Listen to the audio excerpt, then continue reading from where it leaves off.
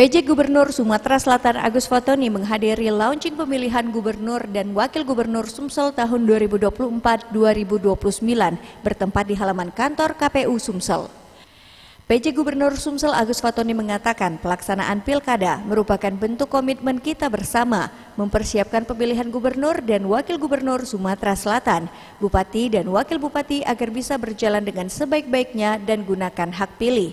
Selanjutnya, PJ Gubernur Sumsel Agus Fatoni berpesan harus terus jaga bersama-sama iklim kondusif di Sumsel dan tetap mempertahankan Sumsel zero konflik.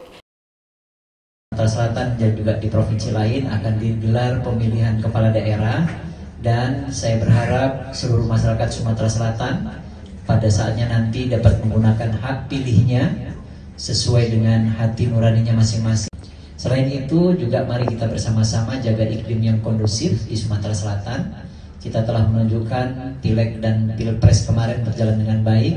Ini berkat kebersamaan kita, berkat kekompakan kita, berkat komitmen kita untuk bisa menjalankan pesta demokrasi dengan baik, dengan aman dan lancar. Mudah-mudahan partisipasi masyarakat melebihi partisipasi pada saat pilpres dan pileg kemarin. Jadi mari kita ajak bersama-sama warga masyarakat. Tim Liputan Sriwijaya TV.